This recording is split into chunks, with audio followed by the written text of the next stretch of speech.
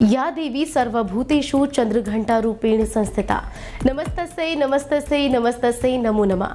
अर्थात हे माँ सर्वत्र विराजमान और चंद्रघंटा के रूप में प्रसिद्ध अम्बे, आपको हमारा प्रणाम। नमस्कार, मैं मनीषा राघव और आप देख रहे हैं डेली 24 भारत। आज नवरात्र का तीसरा दिन है।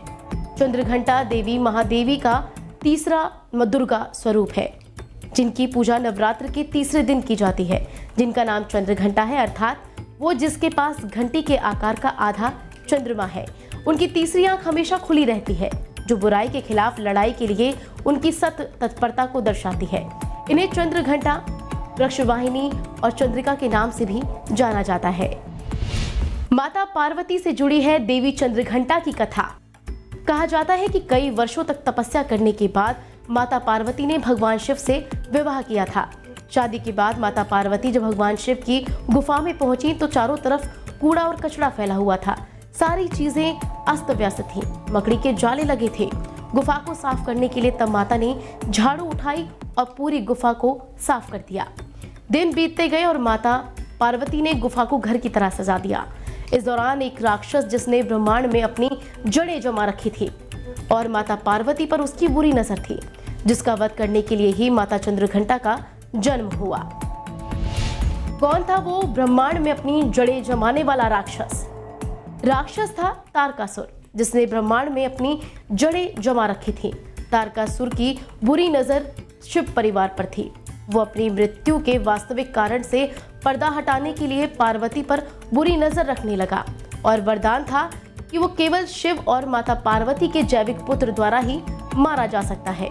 माता पार्वती और भगवान शिव के जीवन में उत्पात मचाने के लिए उसने अंधकासुर नाम के एक राक्षस को नियुक्त किया। अंधकासुर एक दुष्ट चमगादड़ राक्षस था।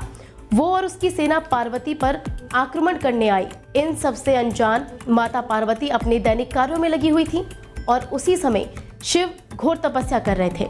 अवसर पाते ही असुर ने युद्ध का आह्वान कर दिया था। कैलाश पर्वत पर आक्रमण करने के लिए वो आगे बढ़ चुका था। माता पार्वती के स्वयं शक्ति स्वरूपा होने की कथा। अंधकासुर ने अपनी चमगादड़ सेना के पंखों की सहायता से आकाश को ढक दिया था।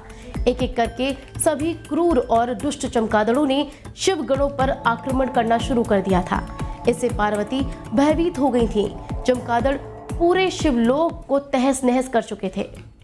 भयभीत शिवगणों ने माता पार्वती के पास आकर रक्षा की गुहार लगाई थी।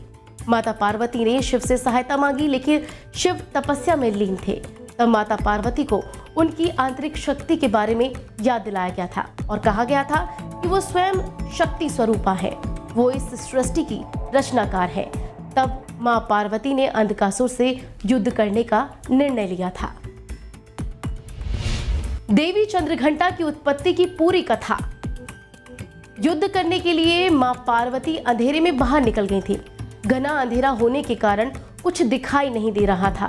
तब मां पार्वती ने चंद्रदेव से सहायता मांगी।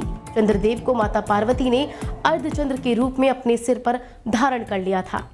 इस बीच रोशनी तो मिली, लेकिन चमगादड़ों की फौज से लड़ने में उनकी सेना कम थी। उन्हें और सेना की जरूरत थी। तब भेड़ियों का एक बड़ा झुंड पार्वती माता की सहायता के लिए पहुंचा। भेड़ियों ने चमगादड़ों पर हमला किया और पार्वती माता ने अंधकासुर से युद्ध किया, लेकिन आकाश शैतानी चमगादड़ों से भरा हुआ था। चमगादड़ों को भगाने के लिए मां पार्वती युद्ध के मैदान में एक बड़ा सा घंटा लेकर पहुंची और उसे जोर जोर से बचाने लगी, जिससे चमगादड़ उड़ गए। इसके बाद अंधकासुर के पर भी माता ने काट दिए और उसका वध कर दिया। चंद्रघंटा मां का 10 भुजा अवतार। मस्तक पर चंद्रमा और भेड़िए पर विराजमान माता को ब्रह्मदेव ने चंद्रघंटा नाम दिया। बाद में शिव ने पार्वती से कहा कि ये युद्ध किसी युद्ध और बाधा से डर पर काबू पाने के साहस पैदा करने के लिए किया गया था और संसार को इससे ये ज्ञान मिलता है कि महिला अपने पुरुष के बिना कमजोर या असहाय नहीं होती। माँ चंद्रघंटा का पसंदीदा रंग भूरा है। माता चंद्रघंटा के 10 हाथ हैं, जिसमें से 2 हाथों में त्रिशूल, गदा, धनुष, बाण और खड़ग है, यानी तलवार। कमल का फूल है, घंटा और कमंडल है, जबकि उनका एक हाथ अभय मुद्रा में है और वो अपने वाहन के रूप में भेड़िए पर सवार होती हैं, जो बहादुरी और साहस का प्रतिनिधित्व करता है। माँ अपने माथे पर एक घंटी के चित्रण का आधा चंद्रमा पहनती है और उनके माथे के बीच में एक तीसरी आंख है जो हमेशा खुली रहती है। उनका रंग सुनहरा है। शांति और समृद्धि बरसाने वाली दयालु है माँ चंद्रघंटा। जो भक्त चंद्रघंटा की पूजा और आराधना करते हैं उनमें दिव्य वैभव की आभा विकसित होती है। चंद्रघंटा दुष्टों का नाश करने के लिए तत्पर है, लेकिन अपने भक्तों के लिए वो शांति समृद्धि बरसाने वाली दयालु माता है।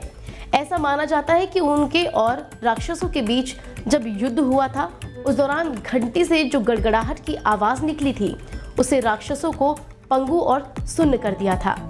इनका निवास स्थान मणिपुर चक्र में है।